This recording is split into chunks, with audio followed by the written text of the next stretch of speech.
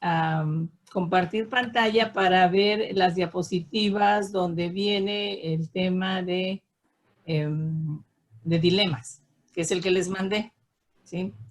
Para ver si hay alguna duda o para reforzar algunos puntos, y ahorita que vayan presentando cada uno de ustedes podamos ver cómo se hace el análisis bioético, ¿sí? Entonces, mientras se van sus demás compañeros integrando. Okay, maestro.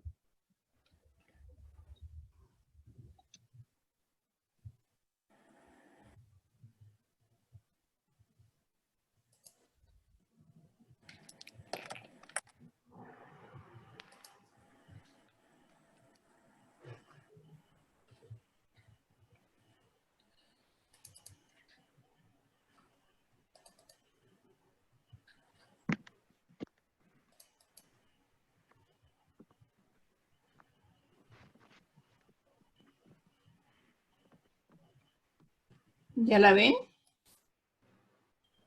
¿Sí lo ven? Sí. Ok. Sí, maestra. Bien, vamos a hacer aquí chiquito.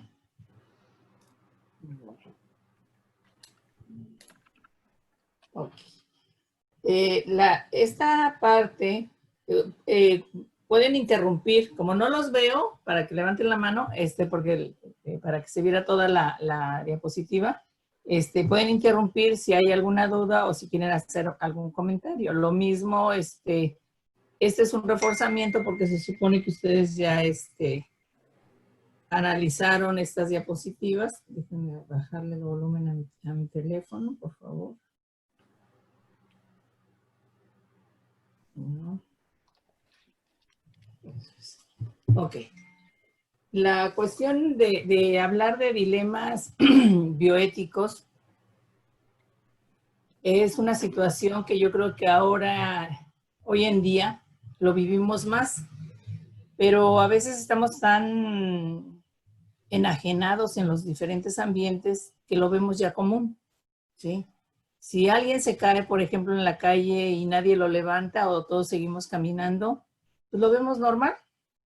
Lo anormal que vemos es si alguien se detiene, lo levanta, le pregunta si está bien, si necesita algo. Eso es lo anormal, que debería de ser lo normal. ¿Sí me explico? Entonces, estamos viviendo una dinámica social deshumanizada. Y lo que pretendemos, ¿verdad? Aquellas personas que son humanistas y lo que están proponiendo precisamente es buscar humanizarnos. Y cuando hablamos de nuestra profesión de enfermería, pues con mucho más razón, ¿verdad? Encontramos familiares, encontramos pacientes. Muchos de ellos nos hablan muy bien de nuestro hacer y quehacer de enfermería, pero muchos de ellos nos cuentan anécdotas o situaciones en las que se vieron involucrados donde hablan de que el personal de enfermería estamos deshumanizados. Entonces, en ese sentido, creo que tenemos que hacer un alto en el camino y ponernos a analizar si realmente mi cuidado, el cuidado que yo le doy al otro, es un cuidado humanizado. ¿Sí? Esa es la idea, ¿no? Entonces, en relación al problema bioético, ¿verdad? ¿Alguno de ustedes nos quiere leer lo que nos dice la diapositiva, por favor? Sí. No sé. A ver, Luis. Problema bioético. ¿Cómo humanizar las relaciones entre aquellas personas que poseen conocimiento en el área de la salud y el ser humano frágil y frecuentemente angustiado, que vive el difícil trance de una enfermedad que afecta hondamente su ser personal? Su ser personal, ¿sí? Con esto, ¿qué nos quiere decir este mensaje o esta lectura que hizo Luis? Nosotros estamos acostumbrados a ver pacientes delicados, graves y moribundos. Y estamos tan acostumbrados ya, ¿verdad?, que nuestro actuar es el mismo. ¿En qué sentido? En que a veces no nos percatamos que la situación emocional de ese paciente o de esa persona que cuidamos es una situación emocional crítica. ¿sí? Está angustiado, está preocupado porque además él se siente vulnerable. Está en un ambiente que no conoce, está en un ambiente que no domina, ¿sí? Y entonces muchas veces hasta su mirada es de miedo, ¿sí? Ustedes le preguntan, ¿cómo se siente? Bien. ¿Le duele algo? No. Hasta la voz, en la forma en que nos contesta, ¿verdad? Nosotros podemos, si somos sensibles, podemos percibir miedo. Entonces, ahí, ¿verdad? Hay una cuestión ética, una situación donde nosotros, como parte de un equipo de salud, tenemos que estar preparados, entendidos de que el paciente o que la persona que cuidamos es frágil y que muchas veces está angustiado. Y que para él su problema de salud, pues es delicado. Su problema de salud es su gran problema.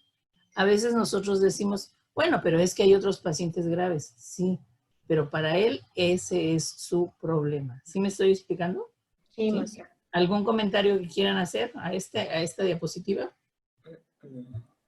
Bueno, seguimos. Hablen a tiempo. Quien desee leer ¿para qué es la ética? Yo lo leo.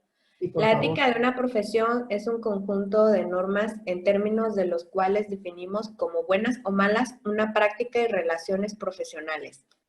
El bien se refiere a que la profesión constituye una comunidad dirigida al logro de una finalidad, la prestación de un servicio.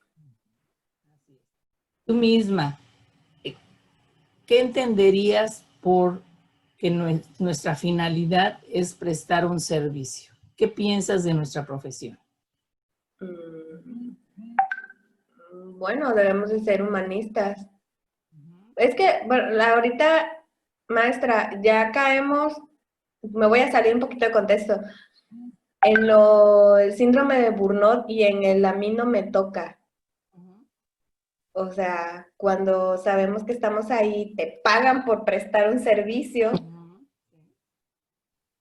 Y que además Entonces, somos prestadores de servicio, nos están pagando, como tú dices. Y ahorita mencionaste, bueno, el síndrome de Burnout y el nometoquismo, ¿no? Sí, entonces eso es cierto. Están cargados de trabajo, pero también a veces tenemos muchos espacios muertos, llámese esos espacios que tomamos para platicar, para hacer otra actividad que nada tiene que ver con la actividad que nos corresponde, ¿sí? Y que llega un momento en que poco contacto tenemos con el paciente. Con el paciente, ¿sí? Entonces, nuestra profesión es eminentemente una profesión de servicio, de servir al otro. Y no entendido de esa manera que a veces hay personas que dicen, ¿yo por qué voy a servir a otro, no? No, claro, quien no sirve, y hay frases diferentes, ¿verdad? Muchísimas. Donde ¿Yo por qué? Que vaya la pasante, ¿no? El que no sirve para servir no sirve para nada. ¿Alguna vez alguien dijo? Solo lo replico. Exactamente, tú lo acabas de decir. El que no sirve para servir, pues no nació para vivir, yo diría, ¿no? Entonces, hay personas que se sienten humilladas si sirven a otro, ¿sí? Y les voy a poner un ejemplo clásico. El llevar un cómodo, ¿sí? ¿El qué, perdón, maestra? El llevar un cómodo a un paciente. Oh, ya. Sí. Un cómodo, un orinal. El cambiar a un paciente que se evacuó, que se vomitó, ¿sí? Espérese, ahorita viene el auxiliar, ¿sí? Maestra, en CESVER no hacemos eso. ¿Cómo? En CESVER no hacemos eso. No tenemos auxiliar. Bueno.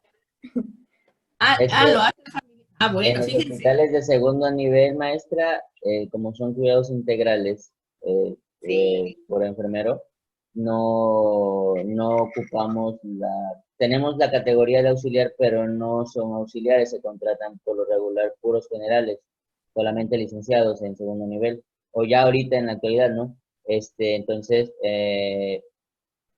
pero sí tenemos ese, por ejemplo, ese punto de los cómodos con los internos, con el mismo médico adscrito, no todos, pero se da más en los médicos internos, que es lo que con los que convivimos, y con algunos estudiantes, cuando tenemos estudiantes de distintos años, ellos sí hacen esa diferenciación. Y yo, por ser el estudiante que viene a prácticas de tercer año, porque voy a pasar un cómodo si tengo un estudiante de primer año, que él debería de pasar el cómodo?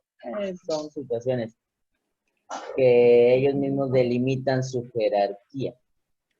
Está Muñoz. Maestra, ¿Sí? yo tengo un comentario respecto a eso. Soy Erika.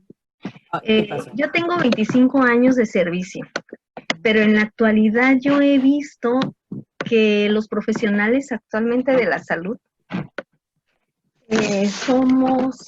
son profesionales de escritorio. No me considero así, realmente, porque a lo mejor traigo los Transformación. principios éticos, anteriores, ¿no? Pero sí veo con tristeza cómo el personal ahora para recibir a un paciente, y más cuando son pacientes aislados, ni siquiera quieren entrar a recibir al paciente, ¿no? Ni si no, porque me voy a contagiar. ¿De qué? No saben ni cómo protegerse, pero pues ellos en su afán de licenciados, pues son profesionales de escritorio. Y realmente los principios éticos que aprendemos, pues no se llevan a cabo en la actualidad. De hecho, hasta para estudiar, hacen un posgrado, no precisamente porque quieren aprender, porque tienen amor a ese posgrado, no, sino porque quiero quitarme eso de atender a un paciente y se nos olvida cuál es nuestra ¿Dónde ser? La visión. nuestra La razón de ser. de enfermería. Ajá. Eso se nos olvida completamente y eso es actualmente, yo lo veo mucho.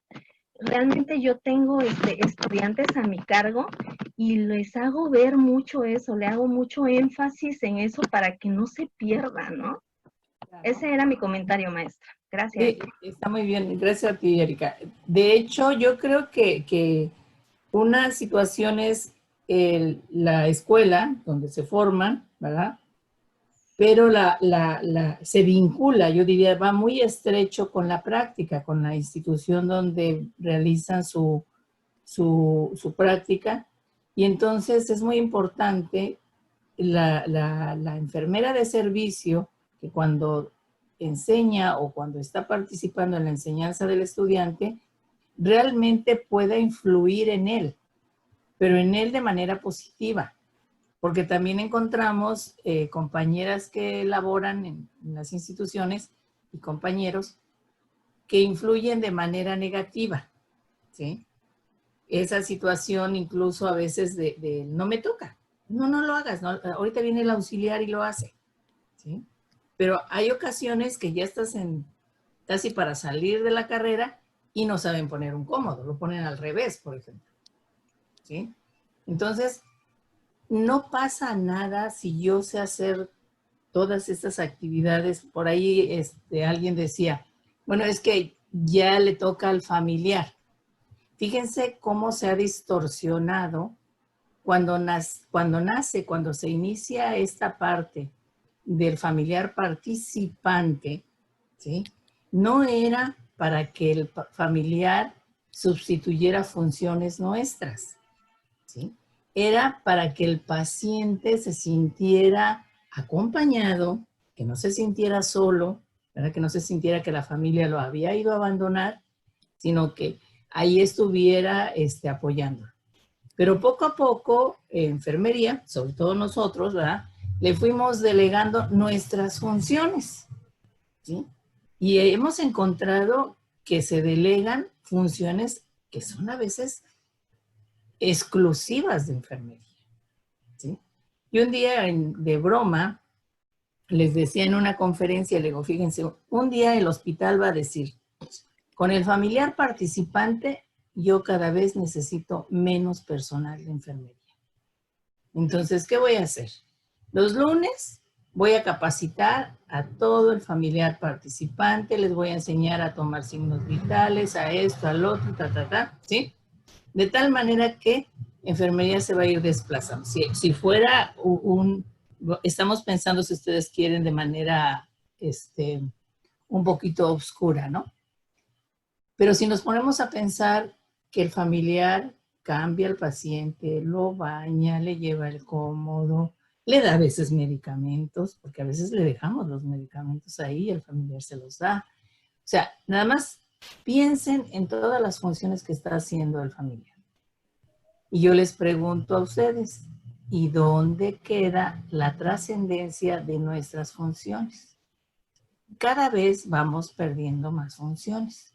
Unas se las delegamos a los internos, otras a los residentes, otras a los familiares, etcétera, etcétera, etcétera. Y ustedes que están en vivo y a todo color, porque yo llevo ya buen tiempo que no voy al hospital, pues deben estar más enterados. Entonces, yo pregunto, tanta lucha por la licenciatura, ¿por qué íbamos a dar un cuidado ético, profesional, apoyado en las ciencias biológicas, etcétera? ¿Lo estamos dando? Esa es mi pregunta. A ver, chicos. Pues es que, maestra, no, es muy difícil porque embolsar a todos en un mismo espacio, pues no. O sea, tan fácil es como voltear a ver a la pantalla en la que estamos. Estamos las personas que nos queremos superar, que nos queremos profesionalizar y demás. Obviamente que uno no conoce en el ámbito laboral porque pues, no compartimos institución y tampoco compartimos área de trabajo. Pero siento que sí se avanzó. Nosotros decir que los familiares son los que terminan haciendo los cuidados de enfermería, pues a veces es un poco aventurado, pero no quiere decir que no exista y que no haya sus excepciones. Por lo menos yo hablo por mi hospital, que la verdad me siento bastante orgulloso, me siento muy, muy, muy orgulloso de pertenecer a mi hospital y sobre todo de pertenecer al turno en el que estoy, que siempre se ha diferenciado por hacer las cosas un poquito mejor. Y no es, a veces no es que faltemos a nuestra ética, porque yo he utilizado o me he apoyado con los familiares. Y no es que ellos terminen haciendo nuestra función, sino que hay ciertas funciones en las que a veces adrede uno va y dice, ¿sabe qué? Necesito que haga esto. Por ejemplo, antes de que salgan los pacientes, le dice, ¿sabes qué? Necesito que lo cure. Quiero ver cómo lo hace. Ya le enseñé. Usted no es que me supla, simplemente es la enseñanza que también le damos. Hay una línea muy delgada entre la enseñanza, porque al fin y al cabo se va a ir y él va a cuidar al paciente. No tiene recursos para pagar un enfermero particular, a lo mejor. Él no tiene esa solvencia, ¿no? Pero es una fina línea entre, ok, te estoy enseñando, pero si yo hago eso desde el principio ya me quitas esa tarea y ya es tu responsabilidad hasta el egreso del paciente. Ya cuando egreses, pues ya tú ya lo puedes hacer, ¿no? Sí, en ese aspecto tienes razón. Fíjate, otra cosa importante. Miren, no estamos particularizando, o sea, no hablamos de alguien en especial. Generalizamos por el común, por lo que se da común, ¿sí? Yo sé que hay enfermeras y enfermeros excepcionales, sí los hay, ¿sí? Pero también sé, no me ciega mi amor por la profesión, también sé que hay otros que no lo son o que equivocaron su vocación, ¿sí? También los hay. Y que encontramos personas que dan el cuidado, o sea, profesionales de enfermería que dan el cuidado como debe ser, sí. Y también lo dijiste tú, Luis, los que estamos aquí, que nos estamos preparando porque queremos otorgar un mejor cuidado, una mejor atención de enfermería, también lo hay. Pero no olviden que tú puedes hacer las cosas siempre bien y el día y nadie te dice gracias, ni qué bonito lo hiciste, ni qué bien, bravo, nadie. Pero el día que te equivocas, todo mundo te juzga, te critica y demás. Eso es parte de la vida, ¿sí? Y entonces, cuando yo a veces les digo, ya ni quiero decir que soy enfermera, porque apenas digo, alguien que me pregunta, ¿y qué estudió? Digo, enfermera. Ay, fíjese que yo tuve un familiar y así, asado, ¿sí? Por eso a veces digo, Son más las malas que las buenas, maestra. exactamente, me van Así es. diciendo más las malas que las buenas, ¿no? Y esto y el otro, ¿no? Son más las Entonces, buenas que las malas, solo ¿cómo? que pesan más los errores. Así es Exactamente, el ser humano, le da más peso a los errores. exacto, ¿sí? Entonces Siempre, yo... pero en algunas ocasiones yo creo que sí.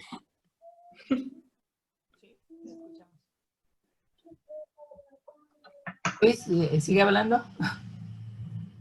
Le comento a Xiomara que no es eso, no siempre es eso, pues de que le demos más peso a los errores, simple y llanamente que a veces los errores son más grandes que los mismos aciertos o son más visibles.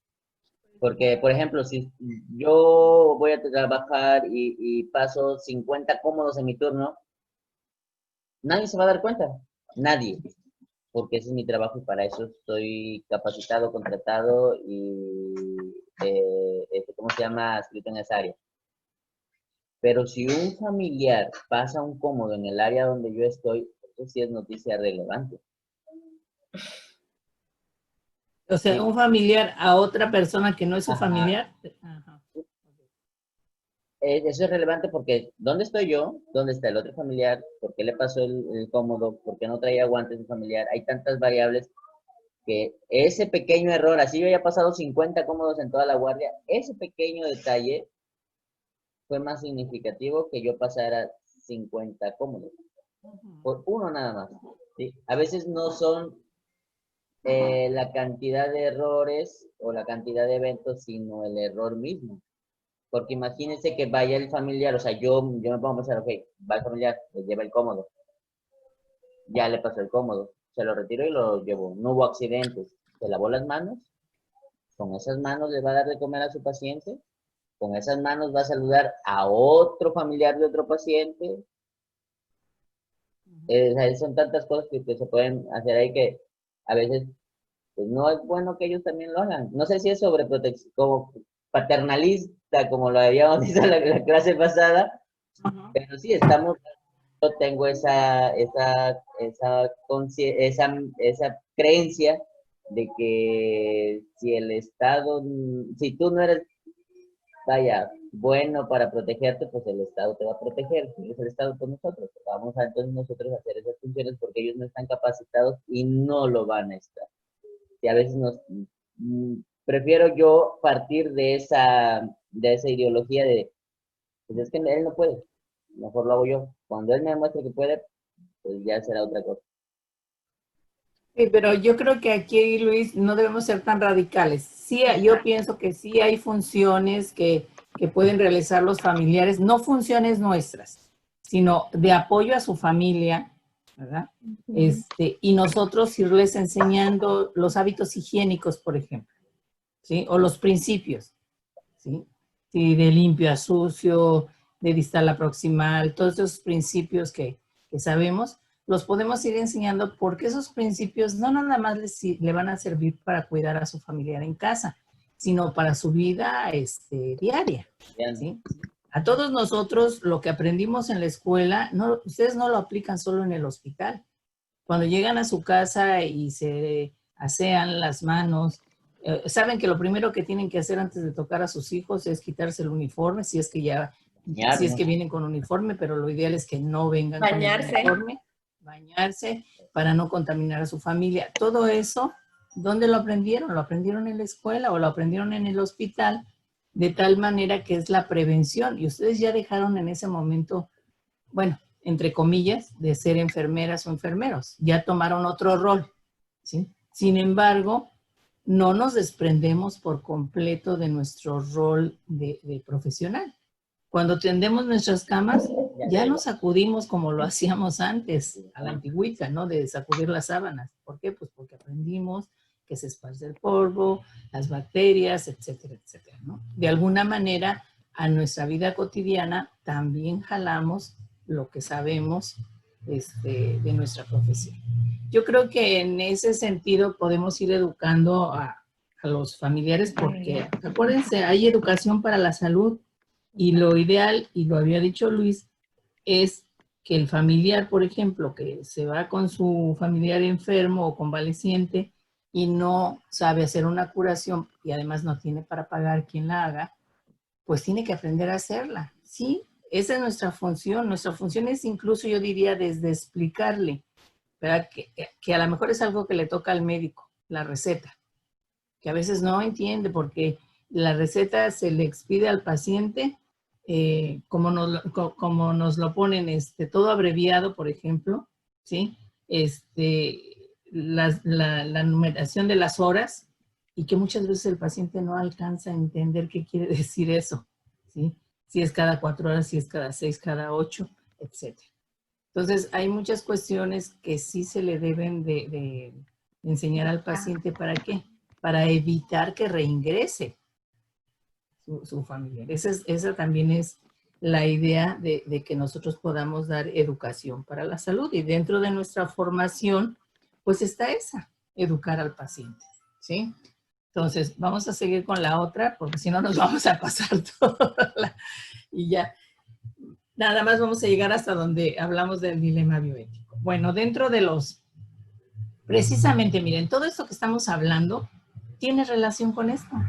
Estos son nuestros imperativos éticos, ¿sí? Es tener competencia, ser competentes, tener conocimientos, destrezas, actitudes.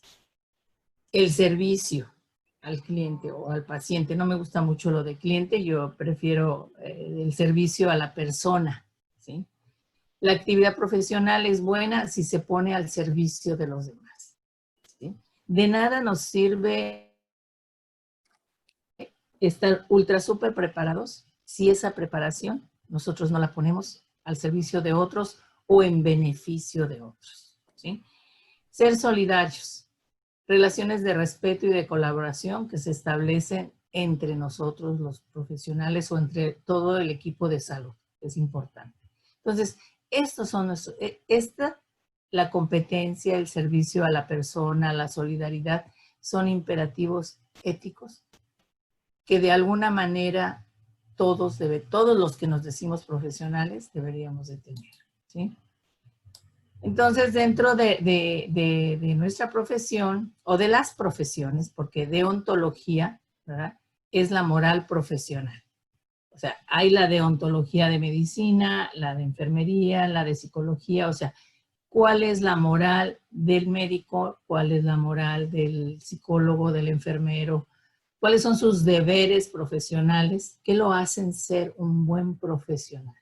Eso es su deontología. Son las habilidades intelectuales y técnicas para realizar sus funciones con un alto nivel de competencia y calidad. Es como cuando ustedes dicen, el compañero o la compañera fulana de tal, ¿verdad?, cumple con sus deberes profesionales, es un excelente profesional, ¿verdad? Ahí, ¿qué está haciendo ese compañero o esa compañera? Aplicando su deontología, ¿sí? Son todas sus habilidades, técnicas, funciones que ella realiza de alta calidad, o él. ¿Sí me explico en cuanto a la deontología? Chicos. Bueno. Ok. ¿Qué pasa cuando se trabaja en un tercer nivel? ¿Sí? Nos tendríamos que hacer las siguientes interrogantes. ¿Qué impacto tienen los pacientes o en las personas que cuidamos los avances científicos y tecnológicos actuales? ¿Sí? Pues imagínense a alguien que está en la unidad de cuidados intensivos, tanto aparato, tanto ruido, tanto monitor, etcétera. Pues la verdad es como para cualquiera, yo creo que hasta nosotros que conocemos los ambientes, también eso nos impactaría, porque no es lo mismo estar como personal a estar como paciente, ¿sí? Entonces, son situaciones muy angustiantes para el paciente. ¿Será para aumentar la eficacia de las ciencias de la salud o para agregar un sufrimiento más a los pacientes? ¿Sí? Yo quiero decirles que en alguna ocasión entrevistamos a algunos pacientes de cómo se sentían o cómo se sintieron en la unidad de cuidados intensivos y decían, era desesperante oír entre los respiradores, por ejemplo, o los aparatos, ellos decían los aparatos, o el pensar o el escuchar que alguien había fallecido, ¿no? Y las carreras, por ejemplo, para darle RCP a un paciente. Entonces, para muchos de ellos son situaciones muy agobiantes, ¿sí? Entonces, son cosas que ellos desconocen y por eso, precisamente, por el desconocimiento, eso les preocupa o les angustia. La otra interrogante es, ¿nos valemos de los aparatos para vigilar, entre comillas, mejor al paciente? Ya habíamos mencionado esto, cuando ni siquiera es cuidados intensivos, sino cualquier unidad que haya un monitor, que estén monitorizados sus signos vitales. Muchas veces llegamos, checamos el monitor, pero no volteamos a ver al paciente. No le preguntamos cómo está, no lo llamamos por su nombre, no le preguntamos si necesita algo. Simplemente registramos los signos y con la misma nos retiramos de la unidad. O atendemos más a la máquina que al paciente. Eso lo dejamos abierto, ¿verdad? Cada uno de nosotros sabe, ¿sí? Hay otra frase por ahí que dice, podemos engañar a todos, ¿verdad? Pero a nosotros mismos no. Nosotros mismos somos nuestros principales jueces, a uno mismo, no al compañero, a uno mismo, nuestro principal juez, nuestro principal crítico, ¿verdad? Y nosotros sabemos quiénes somos. Y de alguna manera, cuando tomamos cursos, esos cursos que tomamos nos permiten descubrir que hay otro camino o que hay caminos, no otro, que hay caminos diferentes que yo puedo tomar para ser un buen profesional, ¿sí? Y bueno, aquí la reflexión, ¿cuál es? La reflexión es el uso y ayuda eficaz contra el abuso y el daño o el perjuicio, ¿sí? Entonces, en un momento dado nosotros tenemos que tener nuestra mente abierta y el dominio, ¿verdad? Y saber hasta dónde, ¿sí? Las máquinas pueden medir con precisión los signos vitales, pero nunca comprender el sufrimiento, las tensiones y las emociones de la persona. O sea, nunca una máquina puede sustituir nuestro trabajo. Y nuestro trabajo desde el punto de vista humano, desde el punto de vista humanístico, ¿sí? Ok. Yo sé que voy un poco rápido, pero si en un momento quieren ustedes preguntar, con gusto me detengo, ¿eh? Bueno, dentro de esta dinámica que estamos viendo, bueno, las ciencias, ¿verdad?, están muy enfocadas actualmente a la alta tecnología, ¿verdad? Hay nuevos métodos y técnicas de conservación de la vida. Ustedes saben que la esperanza de vida se ha extendido, se ha ampliado. Y eso, bueno, sería tema de un debate, ¿verdad? ¿Por qué? Porque tiene sus ventajas, pero también tiene sus desventajas, porque a veces decimos, uy, pues tal persona llegó a los 90 años, sí, pero con diabetes, con obesidad, con cardiopatía, con esto, con lo otro. Entonces tendríamos que ver la calidad de vida, y no nada más que se amplió la esperanza de vida, sino con qué calidad de vida esa persona amplió su tiempo en esta tierra, ¿sí? Entonces, aquí tenemos que dimensionar, ¿verdad?, sobre todo la parte humana. ¿Qué pasa? Muchas veces se priva al paciente del calor humano y del derecho propio a la vida o a la muerte. Ya en un espacio habíamos comentado esa parte, ¿verdad? Y que seguramente ahorita con los dilemas, pues va a salir más de ese tema. En este sentido, nosotros podemos ver que el equipo multidisciplinar, todas las áreas de la salud, ¿verdad?, ¿qué deben hacer? Preservar los derechos y la calidad de vida de la persona que cuidamos, ¿sí? ¿Y qué vamos a evitar?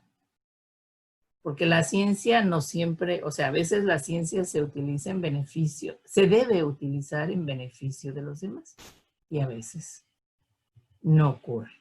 Entonces, tenemos que evitar que se convierta esa ciencia en la aplicación y desarrollo de técnicas y aparatos sin un trasfondo emocional, social y humano. ¿Qué podemos hacer con un paciente o con una persona que está grave? Bueno, esta persona tiene sentimientos, tiene problemas, tiene sufrimientos físicos y psicológicos o psíquicos, ¿sí? Entonces, a esta persona tenemos que buscar que sienta alivio, que sienta consuelo y respetar su dignidad, ¿sí? A veces, cuando se entra al hospital, yo digo que los despojamos, no nada más de su ropa, porque bueno, cuando pasa por admisión, ¿qué pasa? Le dan una bata y se tiene que quitar toda su ropa, ¿sí? Incluso hay pacientes, sobre todo me ha tocado con ancianos o con mujeres, sobre todo ya mayores, que dicen, ¿y me puedo dejar los calzones? No, se quita todo, ¿sí? Y ahí estamos atentando contra su dignidad, porque es su pudor, ¿sí? Nosotros podemos estar acostumbrados a ver personas desnudas y sin morbo y demás, pero para esa persona es su pudor y de alguna manera también tenemos que aprender a respetar. Y ustedes se preguntarían, ¿y cómo le hacemos? Si son órdenes, si son reglas del hospital, y tú le preguntas a esa persona, a ese adulto, o ve su expediente y dice que viene para cirugía, para una cirugía de catarata. Yo les pregunto, dejarle los chones a la señora de 70 años, que a veces hasta se los agarra con las manos para que no se lo vayan a quitar, ¿afectaría su cirugía de catarata? No. No. O se los podemos dejar y decirle, mire, cuando la vayan a pasar a quirófano, pues a lo mejor allá, antes de pasarla, le van a decir, por ejemplo. Se lo quita y después se lo pone. Exactamente. Pero le das esa seguridad. Lo que pasa es que a veces nos escudamos mucho en que son normas, en que son reglas de la institución. Y sí, seguramente está paso 1, paso 2, paso 3, etc. ¿Sí? Pero viene, yo les diría, ese poder de decisión que tenemos sin ser arbitrario. Por eso tenemos que analizar, porque si ese paciente viene de urgencia y va a quirófano directamente, bueno, sabemos que hay que despojarlo de todo. A lo mejor hasta bien inconsciente, ¿no? Pero ahí es donde viene nuestro criterio. Debemos tener un criterio amplio, profesionalmente hablando, para tomar la mejor decisión. Okay. ¿Cómo vamos a dignificar la muerte?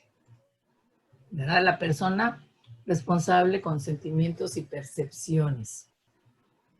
Si nosotros aprendemos a respetar su intimidad y a satisfacer sus necesidades de relación y afecto. A veces pensar en la muerte para muchos de nosotros son hechos trascendentales, importantes, y a veces traemos arrastrando nuestra problemática personal donde no hemos superado nuestros duelos. Y el no haber superado nuestros duelos afecta cuando nosotros estamos trabajando, ¿sí? Porque lo miramos de otra manera, ¿sí? De alguna manera nosotros tenemos que aprender a hacer un lado. No es fácil, porque yo creo que somos seres integrales. Antiguamente nos decían, tus problemas personales los dejas a la entrada del hospital. Cuando salgas del hospital, pues los vuelves a eso no es posible. Por ahí, bueno. Creo que es en el de Natalie, ¿verdad? Tantito, apaga tu micrófono, Del agua o del... o el de Xiomara, ya no sé quién. Bueno, quien tenga la propaganda allá afuera, ya, ok, ya. Entonces les decía, tenemos que aprender a respetar su intimidad, ¿sí? A satisfacer sus necesidades de relación y su necesidad de afecto. Esto es muy importante, miren. Y también viene a colación esa cuestión de permitir que el familiar entre. Y permitir para que el familiar se pueda, o la persona moribunda, pueda despedirse. ¿Sí? ¿Cuántas veces en aras del respeto a las, ¿cómo se dice?, a las reglas, nosotros decimos, pues no puede entrar? Pero ahí norman ustedes su criterio. Si están viendo que la persona está moribunda, yo no digo que dejen entrar a toda la familia, a lo mejor le pueden decir, miren, vayan pasando unos minutitos y vayan saliendo, ¿sí? Y se despiden de su familiar. Mi pregunta es, ¿eso lo pueden hacer? Sí. Claro, no hay nada que si se quiere, que no se logre. ¿Sí? Y por Entonces, último hay que hacer. ustedes mismos pueden poner las reglas. Miren, vamos a permitir que pase, nada más por favor, no se tarden mucho para que le dé tiempo a sus otros familiares que están allá afuera, no sé, hacer una cuestión, digamos, apropiada entre ustedes y los familiares, porque sí se puede hacer. Bien, dentro vamos a encontrar que hay ocasiones que el dolor está totalmente fuera de control, ¿sí? Que es agobiante, que se desconocen muchas veces las causas, estoy hablando del dolor físico, ¿sí? De que es crónico y de que no tiene significado. Para nosotros sabemos que el sufrimiento, ¿verdad?, es subjetivo. Hubo una pregunta, creo que en una de las últimas tareas, ¿verdad?, y vi que se confundieron.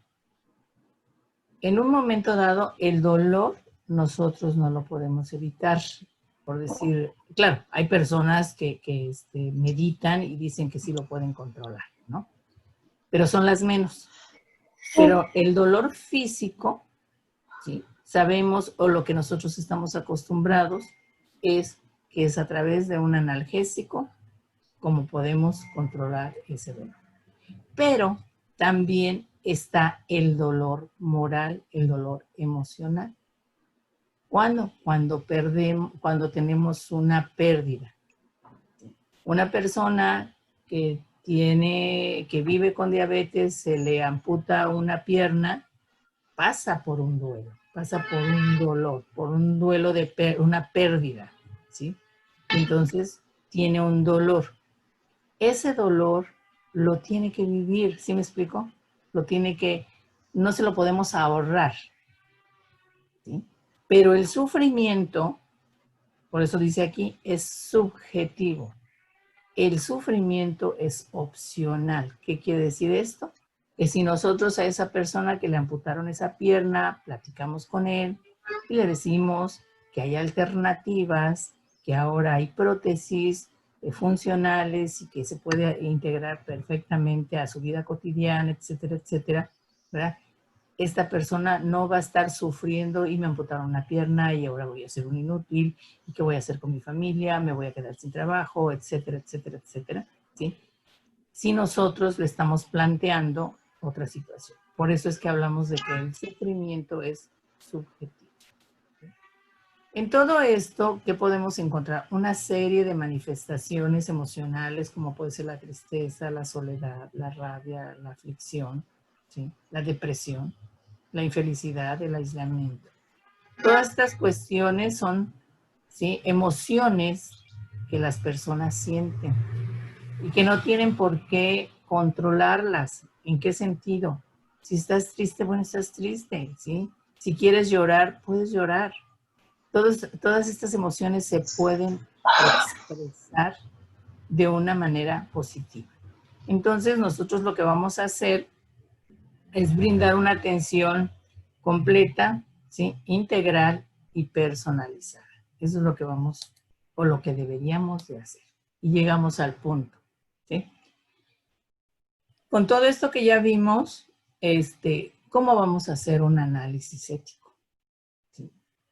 Lo que vamos a hacer, o lo que ustedes hicieron en su trabajo, fue una valoración cuidadosa del estado del enfermo. Hicieron un plan, un caso, redactaron un caso, ¿sí? ¿Hasta ahí vamos bien?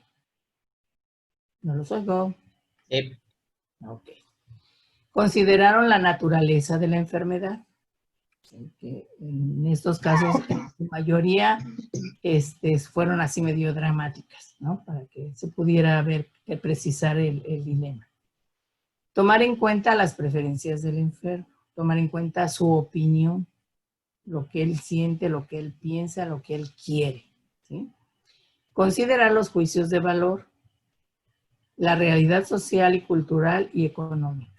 Sabemos que tenemos nuestros valores, pero también existe una ley, como en el caso del aborto o en el caso de la eutanasia, ya habíamos mencionado también, ¿sí? Y hay una realidad social y económica, y que muchas veces, por ejemplo, sabemos que una persona que va a egresar y necesite de por vida un tanque de oxígeno, sabemos que eso va en detrimento de la economía de la persona, porque no es barato tener un tanque de oxígeno permanente, ¿no? Y podríamos empezar a analizar muchas otras cosas que son costosas, por ejemplo, las diálisis y las hemodiálisis, cuando salió el comentario de que ya los hospitales públicos ya no iban a hacer esas diálisis o hemodiálisis, pues muchísimas de las personas que la requieren pues se agobiaron pensando en qué voy a hacer, yo no voy a poder pagar de manera privada este tipo de tratamiento, que es un tratamiento pues para toda la vida prácticamente, ¿no? En la mayoría de los casos. Entonces, ¿qué hago? Con todos estos 4 puntos voy a hacer una reflexión ética. ¿En qué voy a reflexionar? Con todos estos elementos, más los que yo pueda hacer acopio, como la ley, ¿sí? O la legislación. Entonces, hago mi reflexión ética, ¿para qué? Para tomar decisiones. Y ahí es donde viene que ustedes hacen, ¿sí? Ese análisis ético con todos estos elementos. ¿Así fue? Maestra, yo ahí tengo algo que brevar.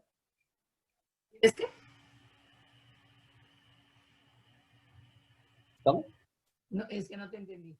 Ah, que en lo que estuve haciendo la búsqueda y me metí a algunas páginas de leer, nada más para hacer un paréntesis con respecto a considerar los juicios de valor, realidad social, cultural, económica de la persona. Los juicios éticos o la toma de decisiones basados en la ética, más que otra cosa, es para la forma en la que nosotros vemos el bien y el mal. Sin embargo, la toma de decisiones basadas en códigos deontológicos no es vinculante, bueno, como aportación, no es vinculante a un proceso, ¿sí? Porque después de todo, si están reconocidos los marcos dentro de la ley, como puede ser el código de ética, un código de bioética, los derechos del paciente, pero no te vinculan a un proceso, ¿sí? Sí te vincula a un proceso, por ejemplo, que cuando hagas tu juicio de valor en el análisis ético, infrinjas una ley, una norma o un reglamento, entonces ahí sí es vinculante al proceso, pero no propiamente por el análisis y la toma de decisión deontológica, sino ahí por cómo afectan los códigos, la parte legislativa, perdón, esa sería la palabra. Parte legal. Ajá. Nada más como dato, después de todo. Bueno, ahorita vamos a ver cómo se hace ahorita lo vamos Es nuevo, yo no he participado y no he tenido la oportunidad de seguir eso. Claro, miren, esta situación o esta tarea, más que nada, nos lleva a reflexionar, a una reflexión más profunda, no tan superficial, ¿sí? En nuestra vida es un tomar decisiones y todas las decisiones que nosotros tomamos son decisiones éticas. A veces le acertamos, en nuestra vida diaria estoy hablando, ¿sí? A veces acertamos, a veces nos equivocamos. Y en ese error o en ese éxito que tuvimos, hay consecuencias. A veces son positivas, a veces son negativas, pero que nos enseñan o que nos dejan una experiencia. Eso es en cuanto a nuestra vida personal, ¿sí?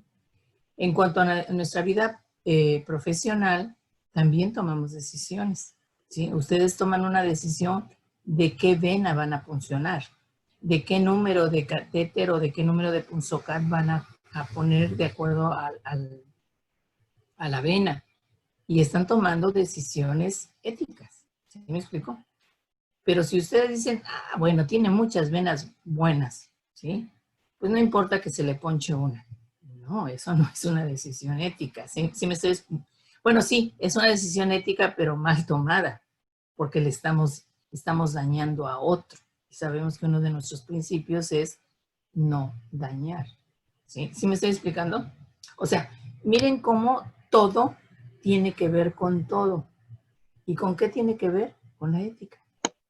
Porque al Eso lo final, explicó en la clase pasada, maestro, ¿se acuerda? Lo del principio de beneficencia, no maleficencia, ¿no? Bueno, por ahí yo le entiendo eso. entonces ahorita que ustedes vayan viendo, compartiendo sus casos clínicos, bueno, vamos a aprender todos, ustedes van a compartir, van a fundamentar cómo hicieron su reflexión ética para tomar una decisión, ¿de acuerdo? ¿Ya están listos? A ver, déjenme ver cuántos han llegado, porque como le disminuí aquí, ¿cuántos estamos? A ver, está... Creo que ya le voy a poner, déjenme ya ¿vieron la última diapositiva? Miren, a mí me gusta mucho esta frase que escribió Cecil Sanders. Ella es enfermera, yo diría tanatóloga, pero en aquel momento no se le reconoció así, pero yo diría que es una de las, junto con Elizabeth Kubler-Ross, ¿sí? Que es, digamos, la madre de la tanatología, pues yo diría que antes de Elizabeth Kubler-Ross, Cecil Sanders ya hacía un excelente trabajo en los hospitales. En Estados Unidos hay hospitales que les llaman, no asilos, sino que son hospitales donde van los moribundos, ¿sí? Hospicio, ¿sí? Entonces, ella trabajó mucho en esos hospicios porque la mayoría de estas personas eran moribundas. Y entonces, esta frase que ella dice, saben, yo me identifico con esta frase. Para mí, esta es como la frase de enfermería. Fíjense, donde te dice, tú importas por ser tú. Importas hasta el último momento de tu vida. Y haremos todo lo que esté a nuestro alcance, no solo para ayudarte a morir en paz, sino también a vivir hasta el día en que mueras. A mí me parece una frase bellísima que engloba muchos aspectos de enfermería. Y se los dejo ahí para la reflexión. Bien, entonces lo que vamos a hacer es ya dejar esto. Y ya. Ya así ya los veo. Completitos. Vamos a ver. Entonces está Natalie, Luis Arturo. ¿Quién quiere comenzar? No se peleen. Los va por orden en el que... Como quieran. Aquí el orden de los factores no altera el producto, porque son Oh, casos individuales. O sea, no se Maestra, enlazan. yo la verdad sí me compliqué mucho, no sé. A lo mejor es más fácil de lo que yo me imagino. probablemente. Pero es que, Ya se está amarrando el dedo. Sí, la verdad sí, sí. maestra. No hay que excusarse. Maestra, Odio eso, pero la verdad se me complicó, de verdad, odio eso. Odio a las personas que se excusan y que pero nunca jamás. maestra, Es yo puedo Ahora tú vas a necesario decir, eso. bueno, yo lo expuse así, pero no soy tanatólogo, así que compréndanme. Todo el mundo se está amarrando el dedo. ¿Puedo abrir así mi exposición? Sí, mejor. maestra, Pones compartir, nada más déjenme ver. Entonces, nada más está Luis Arturo, Natalie, Erika, Ana Laura, Ana Beatriz. maestra, yo puedo empezar. ¿Quién quiere empezar? A ver, Erika. nada más déjenme ver quiénes están. 1, 2, 3, 4, 5, 6. Teniente, 1, Hola. 2. años sin verte. Ok. Entonces, le vamos a dar oportunidad a Xiomara. ¿Quién dijo que quería empezar? ¿Xiomara? La ¿Sí? compañera Erika. Erika. Ok. Entonces, Erika, ya sabes cómo entrar a compartir pantalla. A ver, comparto. En la parte inferior Sí, está con verde y dice compartir pantalla. sí. Para que entres con tu material. Ok. Compartir, ya le di. Está con verdecito. Sí, ya le di ahí y Ahí, dale clic. Y de ahí te vas a buscar tu presentación. ok.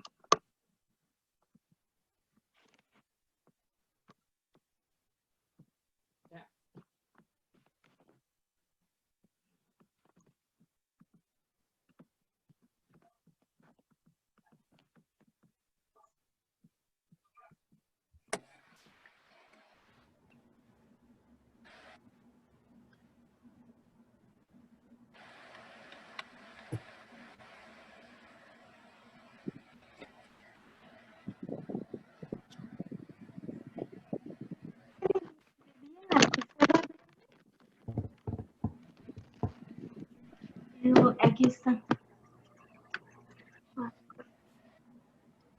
Ahí está compartir pantalla.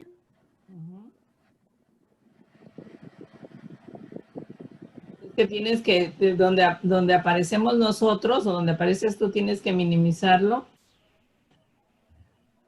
Porque al compartir pantalla te salimos nosotros, ¿no? O tú, creo.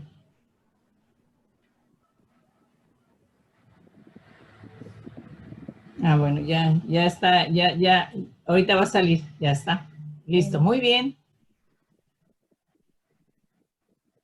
Bueno, los otros compañeros van a prestar atención a lo que Erika nos va a compartir y para después dar su opinión. ¿Ok? El tema de que nos va a presentar Erika es ética en la donación de órganos y trasplantes. Sí. Bueno, ahí me escuchan. Sí, perfectamente. Buenos días, compañeros. A mí me tocó les voy a hablar de ética en la donación de órganos y trasplantes.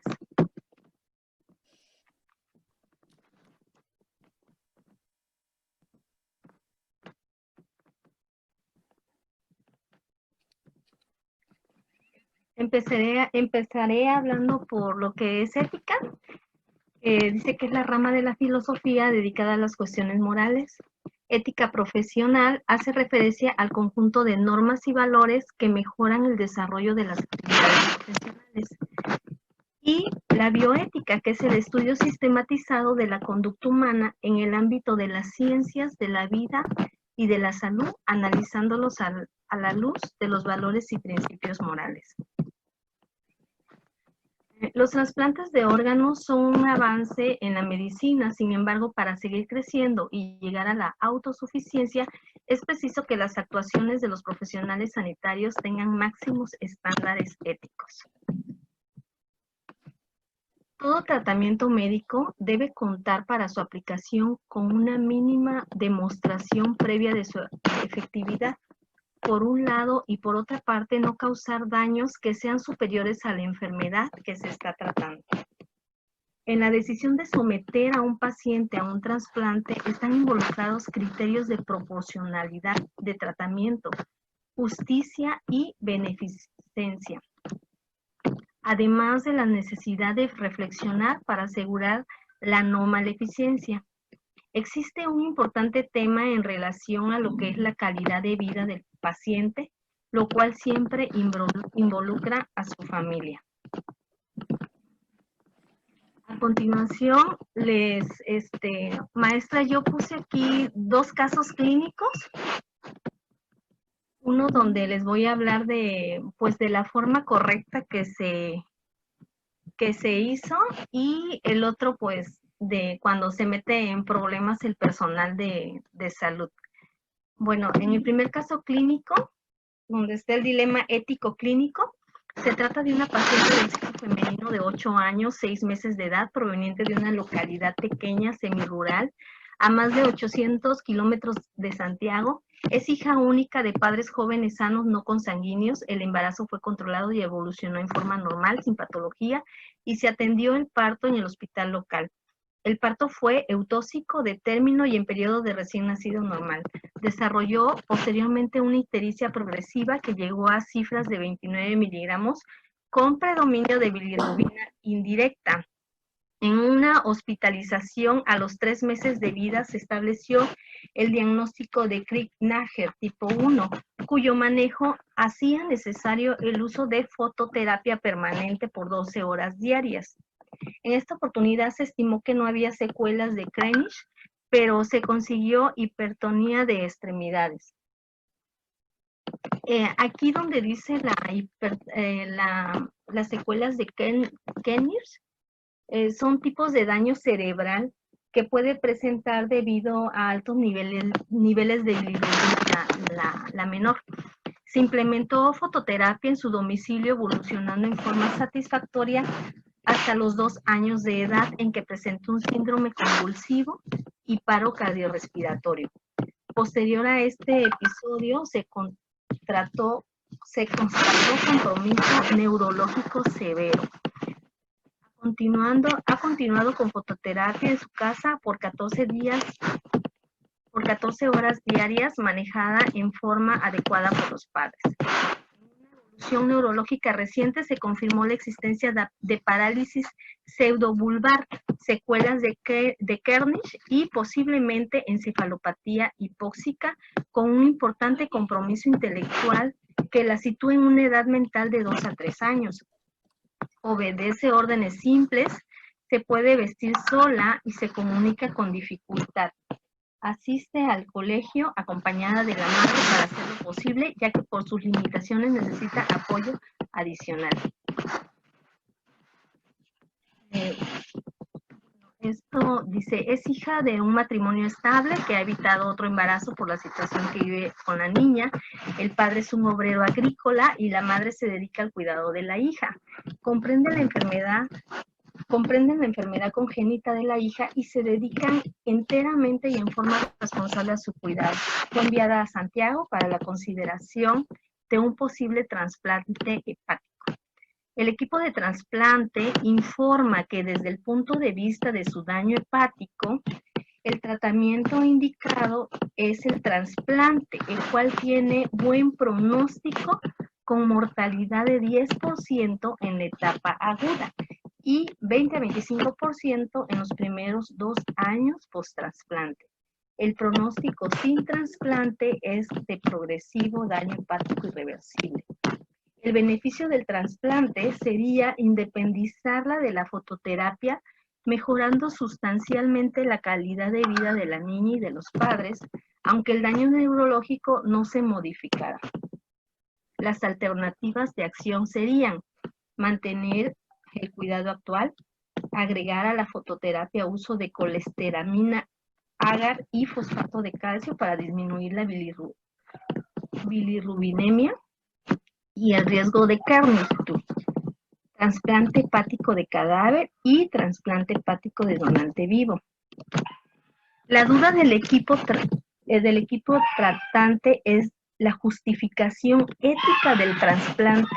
En este caso, dentro de las consideraciones generales, se vio que el paciente proviene de localidad distante 70 kilómetros del centro hospitalario clase A más cercano, el cual no cuenta con equipo de trasplante. Por otra parte, la enfermedad de Crigler-Najjar tipo 1 es una gluconeuronosiltrata, error congénito del metabolismo de la bilirrubina debido a la ausencia de la enzima como resultado que produce un aumento de la bilirrubina directa, sustancia tóxica para el sistema nervioso central. Se trata de una enfermedad autosómica recesiva. El tratamiento es solo paliativo, tendiente a disminuir los niveles de bilirrubina. Para tales efectos se indica fototerapia, medida que se hace menos efectiva en los mayores de 3 años, probablemente debido a que la piel es menos fina y más pigmentada y la superficie corporal es menor respecto a la masa corporal. Hay algunos casos descritos en que se ha efectuado trasplante hepático con el fin último de evitar el daño del sistema nervioso central. En general, la función hepática está conservada. El Kernighan es un cuadro clínico caracterizado por compromiso neurológico irreversible, mayormente en los núcleos de la base, cerebelo y núcleos de los pares craneanos. El riesgo de que se produzca esta encefalopatía es mayor en el periodo neonatal, aunque se puede desarrollar en cualquier etapa de la vida. La literatura no es específica en relación al nivel de bilirrubina necesaria para afectar el sistema nervioso central, pero en general, niveles mayores de 25 son peligrosos. En la enfermedad de Crigler-Najjar se producen niveles tan altos como de 50. La duda del equipo tratante es la justificación ética del trasplante en este caso. El trasplante hepático es una alternativa terapéutica de difícil acceso. En nuestro país, en un riesgo de mortalidad de un 10% en etapa aguda y de 25% en los 2 primeros años, de acuerdo con las normas internacionales. Uno de los requisitos solicitados a los candidatos es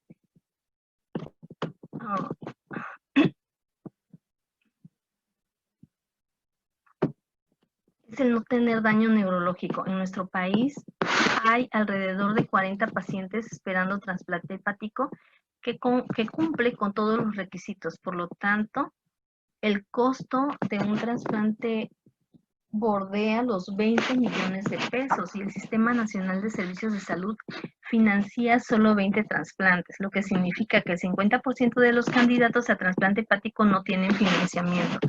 Es importante considerar, además, que en casos el procedimiento se realiza en centros especializados de la región metropolitana. Dilemas éticos. Factibilidad del trasplante. Es difícil pensar que un paciente con daño neurológico puede afrontar la separación de sus seres queridos por un tiempo prolongado, la que necesariamente sería una en caso de efectuarse el trasplante si se considera la ruralidad de la familia, la obligatoriedad del traslado de la región metropolitana, ya que en su centro hospitalario más cercano no existe equipo especializado en trasplante. Respecto a la oportunidad terapéutica, el mejor momento para plantear el trasplante habría sido antes de los 2 años, cuando el compromiso neurológico no era aparente tan severo. En cuanto a la calidad de vida del paciente, la fototerapia probablemente se realice en las horas de sueño, por lo tanto, no debería afectar mayormente su calidad de vida. Realizar un trasplante hepático en un paciente con un daño neurológico descrito apartándola de su familia y desarraigándola por completo por un tiempo que puede ser prolongado e indefinido, podría deteriorar en vez de mejorar su calidad de vida.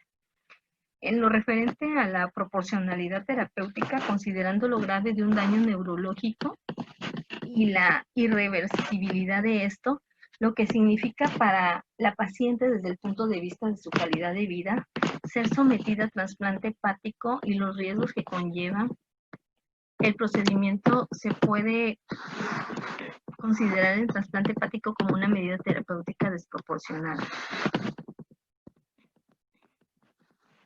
Las posibles conductas a seguir están planteadas en la presentación del caso. Se analizará cada una de ellas a la luz de los principios bioéticos más importantes a considerar. Mantener el cuidado actual implica mantenerla protegida afectivamente por su grupo familiar, agregar a la fototerapia colesteramina, agar y fosfato de calcio pudiera beneficiar a la paciente en cuestión al disminuir el riesgo de mayor compromiso neurológico. Trasplante hepático de cadáver o donante vivo, esta terapia no es planteable, especialmente por el daño neurológico severo e irreversible de la niña. El análisis del caso presentado nos permite concluir que la conducta a seguir más apropiada sería el continuar con la terapia actual y posiblemente agregar los fármacos sugeridos con el fin de disminuir los niveles de bilirrubina. Un caso donde, bueno, se hizo como lo marca la normativa y le pongo un caso clínico de la CONAMED. Aquí es un masculino de 12 años de edad con diagnóstico de insuficiencia renal.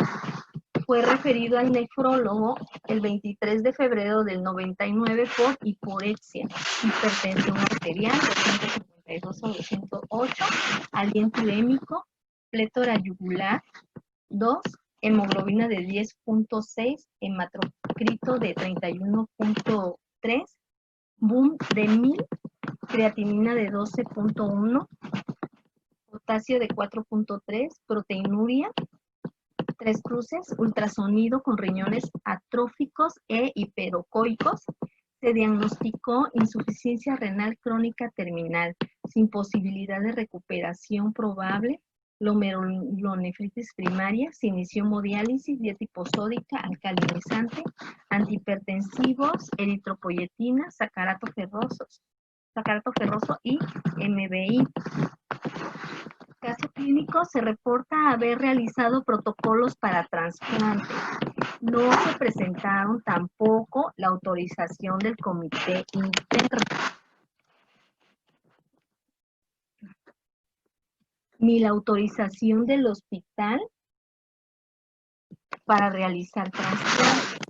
El 4 de agosto se realizó trasplante renal del donador vivo relacionado, el padre. No se remitió carta de consentimiento del disponente, solo autorización para tratamiento quirúrgico del menor. Durante el procedimiento no se reportaron complicaciones. Tiempo de isquemia renal, 45 minutos, producción de orina a los 15 minutos, inició tratamiento con cefalosporina, esteroides, inmunodepresores y antihipertensivos, soluciones parenterales y una unidad de paquete globular. Se mantuvo diuresis horaria en límites normales con drenaje por renovar en aumento continuo en el posoperatorio, mayor a 1000 mililitros e incremento progresivo de asuados. Se agregó el manejo de ciclosporina, se realizó ultrasonido y cistograma sin reportar fuga. El 10 de agosto se realizó exploración quirúrgica. No se remitió carta de consentimiento bajo información, reportando revisión del injerto sin problema, sin encontrar fístula, con instalación abierta de catéter J. En informes de los médicos y notas anteriores se reportan dehiscencia de la anastomosis de la arteria renal, realizando compresión digital y haber solicitado la presencia del cirujano general para solucionar el accidente vascular. En nota de enfermería, uso de 4.500 mililitros de soluciones parenterales y un paquete globular. No se enviaron registros anestésicos. El 14 de agosto se reinvierte para valorar condiciones del injerto. No se remitió carta de consentimiento bajo información, reportando riñón pálido, zonas de isquemia en la corteza y flacidez del injerto, arterias y venas permeables. Se tomó biopsia el 16 de agosto con potasio de 7.5, creatinina de 5.2. Se reinició hemodiálisis gamagráfica del control sin evidencia de recuperación. Se suspendió Inmura. La biopsia reportó infarto agudo del riñón. Se mantuvo inmunosupresores 3 semanas. La familia lo lleva a otro hospital en donde se reinicia el protocolo para nuevo trasplante realizado el 6 de febrero del 2000. Motivo de la queja en la CONAMED fue por presentar insuficiencia renal en fase terminal. Se realizó un trasplante de riñón a su hijo el 4 de agosto del 99, surgiendo lesión en la arteria renal. Por ello se perdió el riñón que el promovente había donado, requiriendo un nuevo trasplante renal. ¿Qué se observó? No acreditaron la existencia de protocolos. En el presente caso, no se incidió en la evolución del paciente, pues no se acreditó que el problema que originó la pérdida del órgano hubiese derivado de rechazo.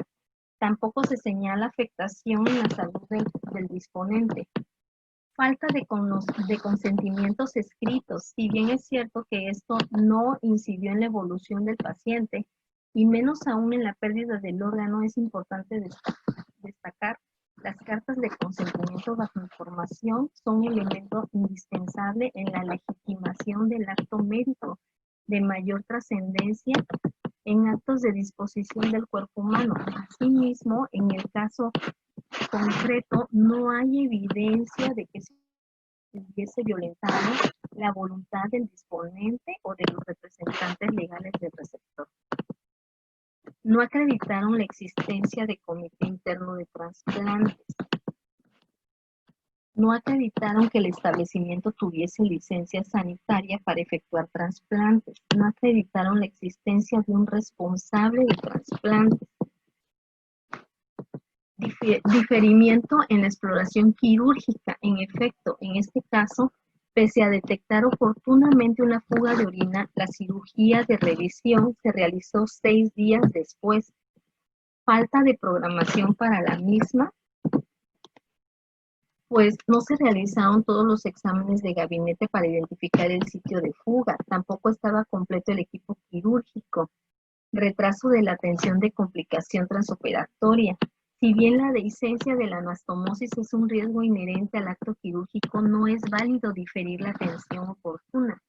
Es imprescindible no dejar pasar mucho tiempo en la atención del problema, tiempo de isquemia. En este caso no estaba presente un cirujano vascular o general capacitado para resolver el problema, por ello hubo de alargarse el tiempo de isquemia del órgano. Omitieron exámenes de toxicidad renal para determinar si la insuficiencia renal postoperatoria era debida al uso de ciclosporina, suspensión injustificada de la inmunosupresión. En efecto, la inmunosupresión solo debe suspenderse después de corroborar que el proceso de pérdida del órgano es irreversible y no hay factores adyuvantes como toxicidad renal.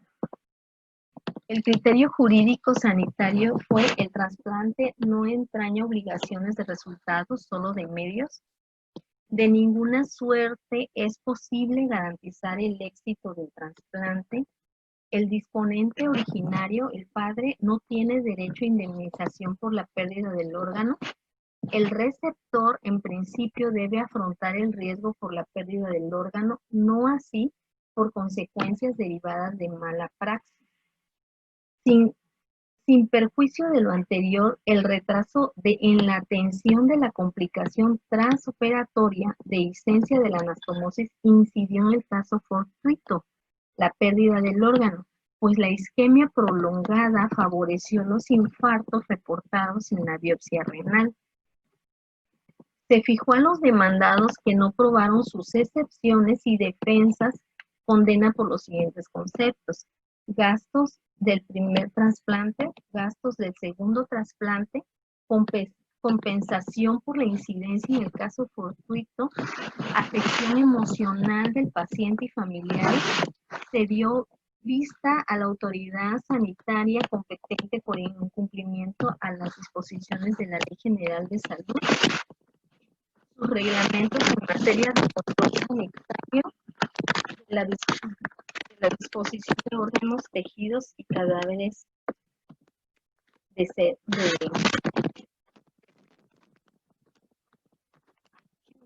no sé cómo salir de la pantalla completa.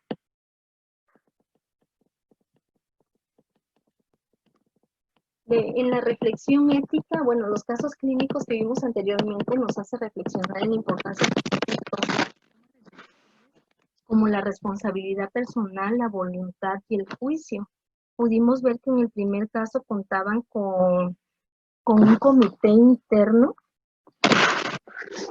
con todos los consentimientos, y en el segundo caso, pues, no. Entonces, por malas decisiones,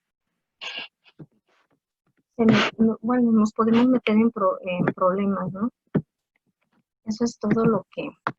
Y sobre todo no seguir los protocolos, porque hay protocolos ya establecidos y y ahí en el segundo caso que tú planteas no se siguieron estos protocolos.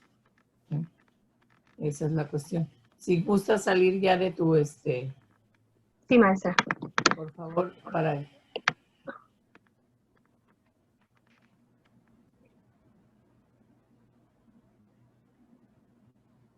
¿Sabes dónde? Ya, ok. Bueno, comentarios que quieran hacerle a su compañera Erika. Yo me en primero.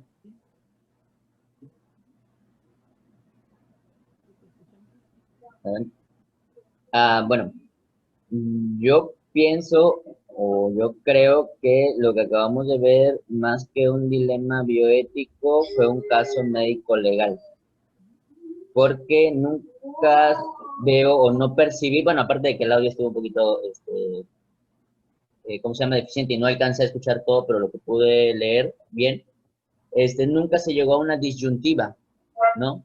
Nunca hubo un desacuerdo entre el equipo médico ni el equipo de enfermería. Todos estuvieron de acuerdo al hacer el procedimiento, que derivó en una complicación. Cuando surge esta complicación, entonces se ve en qué parte del protocolo quirúrgico se falló y se sanciona a quien omitió, porque puede ser acción u omisión, a quien omitió esas recomendaciones en el protocolo. Sin embargo, no entramos en ese dilema, o lo que yo entiendo, porque también los padres buscaban ese tratamiento, ¿sí? Entonces siento yo que por ahí no está como a lo que yo algo a lo que yo considero un dilema bioético. Esa es una. Dos, estoy totalmente de acuerdo con la sanción. O sea, no puede haber profesionales que omitan a sabiendas de las consecuencias y de los protocolos. Entonces creo yo que la sanción inclusive se quedó un poquito corta para lo que hicieron, porque si yo simpatizo con esas personas, pues para mí ese castigo no es suficiente, realmente, y si yo empatizo con ellas, buscaría otro castigo más acorde a lo que hicieron, porque tomaron la decisión y fueron juez y parte, ¿sí? Jugaron a ser Dios, por así decirlo, porque no hicieron las cosas con los consentimientos y con la información debida hacia el familiar. Entonces, sí fue un caso médico legal, entró dentro de la ética y no de la ética del equipo, sino yo creo que de una sola persona, que en este caso fue del que ejecutó el procedimiento. Y además eso llevó a la pérdida de un órgano pues el problema del trasplante de órganos es que no hay, ¿sí? Y se perdió un órgano por un error, ¿sí? Porque bueno, si el padre donó el órgano, pues no, lo donó porque esperaba que al hijo le sirviera. Entonces también ahí hay otra cuestión. Yo diría ahí hay una cuestión ética muy importante que obviamente CONAMED no la analizó, o a lo mejor no quiso profundizar ese hecho, ¿no? Pero el primero, en relación al primer caso que presenta Erika, ¿cómo lo vieron? El del niño con kerníteros.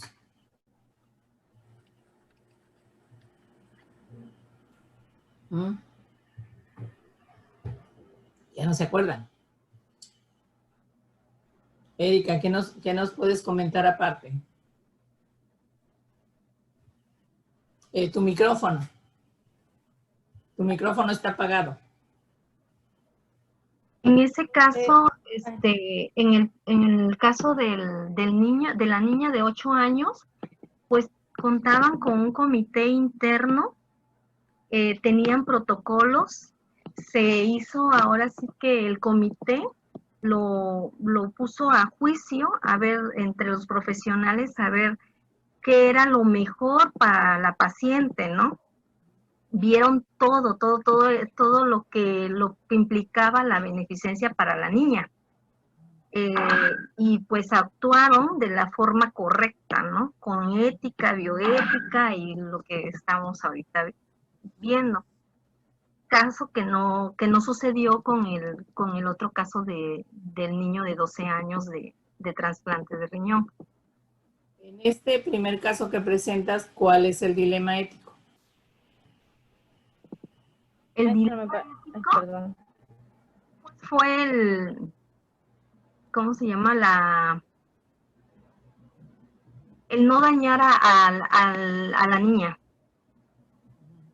El no dañarla, porque ese fue el dilema esa fue la controversia que tuvieron los médicos.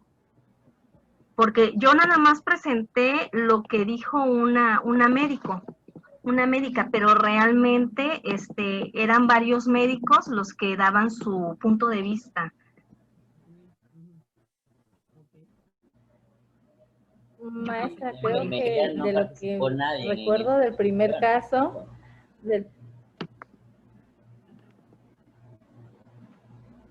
¿sí me escucho? Sí. Ah, Sí. creo que de lo que recuerdo del primer caso es que, pues bueno, los padres querían o optaban porque fuese posible la donación hepática, pero el comité creo que fue que dijo que no era viable, o estoy equivocada, que no era viable por la condición neurológica de la niña. Entonces, era, o sea, que lejos de haber un beneficio para la niña, aunque los padres quisieran intentarlo, fue la parte médica la que dijo, ¿sabe qué? En este caso, el que yo haga este trasplante no va a beneficiar, al contrario, puede incluso perjudicar o ser, ¿cómo le explicaría? O cómo me explicaría, perjudicial para su salud. Me parece que más o menos así era el primer caso, o me equivoco. No, estás en lo correcto, Natalia. Ahí obviamente influyó que pues el conocimiento científico, ¿no? Porque a veces los padres Entonces, pueden desear algo. El dilema sería...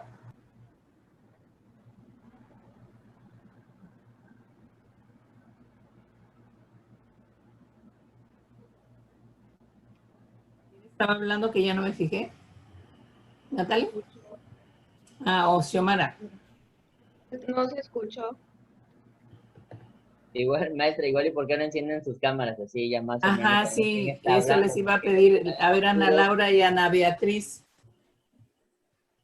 Prendan sus cámaras para que podamos, Eso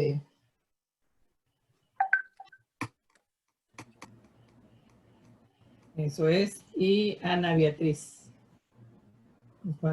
Eso es. Ok.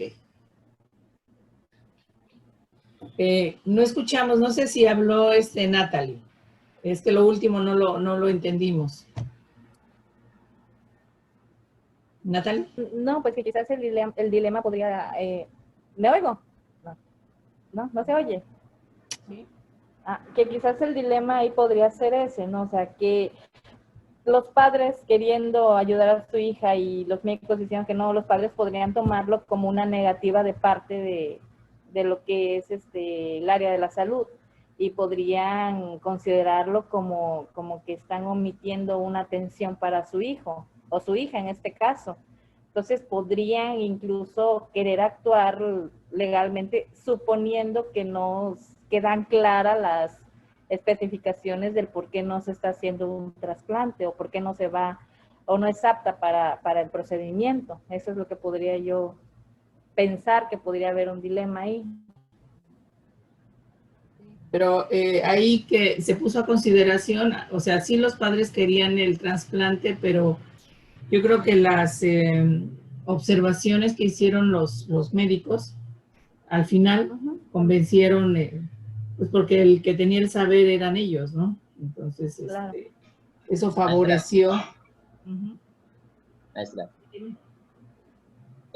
Bueno, no sé, Erika, en lo que haya investigado, pero en lo que investigamos, bueno, por lo que investigué yo, en esos comités de bioética, pues también hay personal de enfermería, por lo que veo, porque tienen que reunir cierta cantidad y cualidades de profesionales de la salud, de varios, no nada más de enfermería. No sé si ella se dio cuenta o lo podría mencionar, me gustaría saber la postura de enfermería dentro de ese dilema, porque, por ejemplo, en la Ley Federal de Salud, en el reglamento de la Ley Federal de Salud, es muy limitado y casi en todo no pone profesional de salud. Casi la mayoría lo convertimos cuando pasa algo y lo aplicamos al personal profesional de salud. Sin embargo, se enfoca mucho a la parte médica.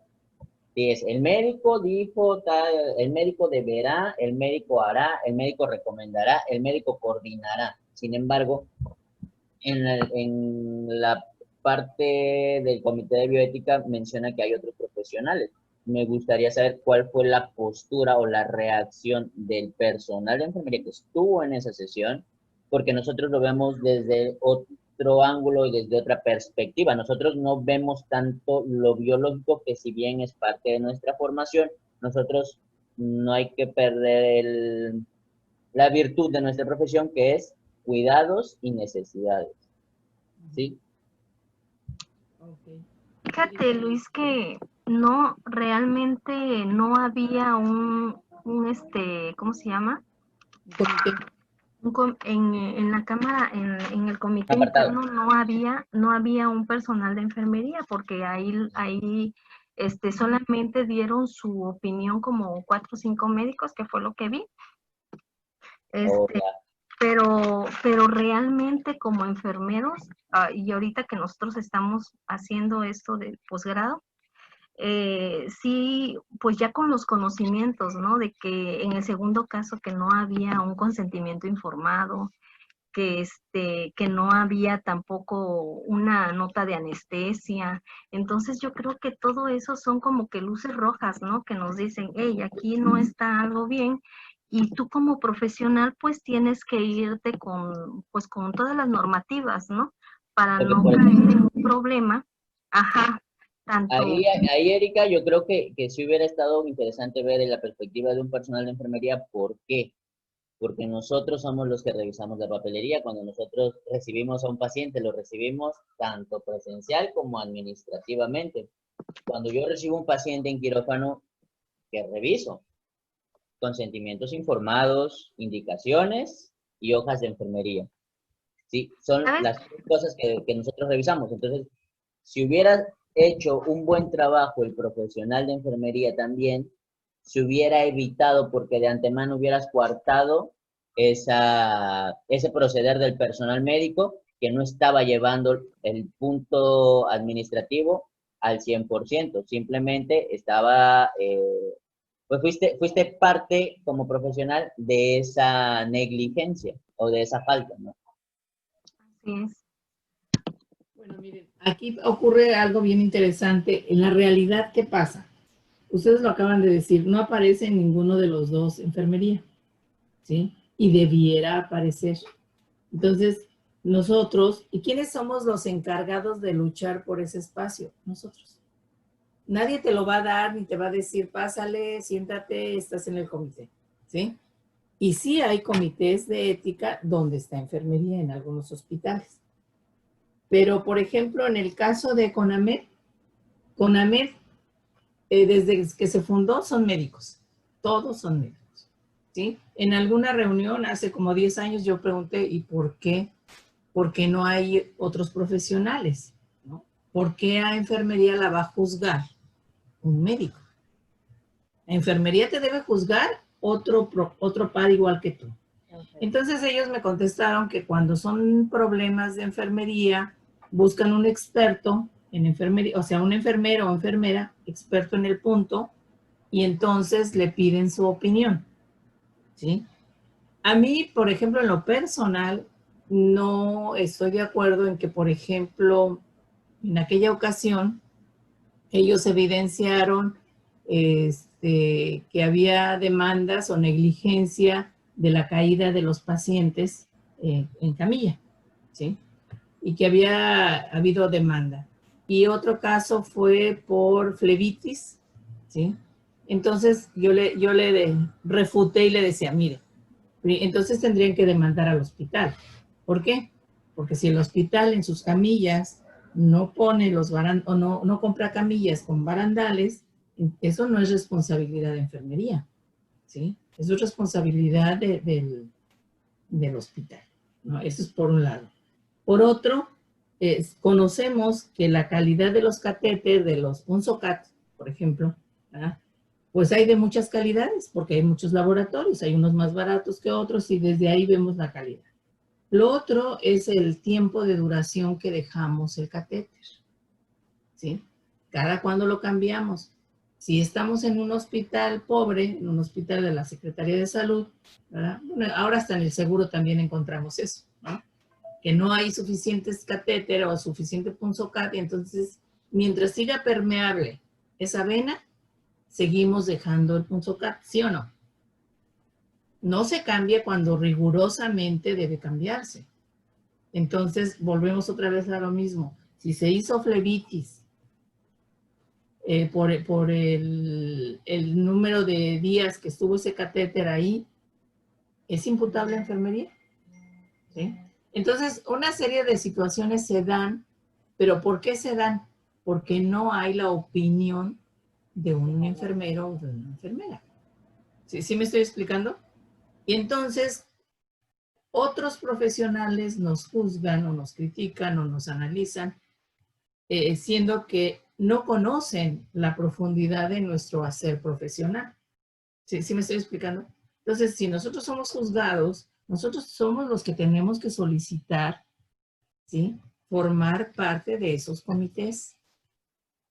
¿Okay? Maestra, yo Sí. alguna vez pregunté eso, lo que usted preguntó, pero yo lo pregunté a otra persona ahí en la escuela, y sí llegamos a una conclusión después de investigar. La CONAMED, como se dice, pues sí es para el arbitraje médico, ¿no? Sin embargo, cuando la CONAMED se involucra al personal de enfermería, sí es cierto, nosotros tenemos también la opción de pedir la revisión por parte de un experto. ¿Quién es el experto y quién juega un papel muy importante dentro de ese rol jurídico? Para eso están los colegios. Los colegios de enfermería, no sé si se acuerdan los compañeros que lo vimos en legislación, tienen personalidad jurídica y están reconocidos por el Estado. De hecho, están protegidos por la Constitución, que es un poquito como, perdón, por decreto presidencial, y es un poquito lábil eso, porque en un momento dado, si un día se despierta el presidente y quiere desaparecer de un plumazo la CONAMED, por ejemplo, la desaparece, porque la CONAMED existe y tiene esa personalidad desde que se fundó por decreto presidencial, no está protegida por la Constitución. Entonces, nosotros al meternos en ese problema, si algún día llegan ustedes o yo a estar en eso, pues hay que pedir eso, una revisión por los expertos. ¿Y los expertos cuáles son? Los distintos colegios de las distintas profesiones. He allí que sea importante el afiliarse a los colegios. Más que para que te cuenten a ti, sino que tengan mayor peso y relevancia en esas situaciones, ¿no? Ahora, aquí la otra situación es que CONAMED no sanciona, da recomendaciones. No es vinculante. Entonces, es como derechos humanos. Lo mismo, derechos humanos hace recomendaciones, pero no sanciona. Entonces, es así como que para mucha gente no es resolutivo, porque no le mete su queja y no le da un resultado, pues. ¿Sí? Ok.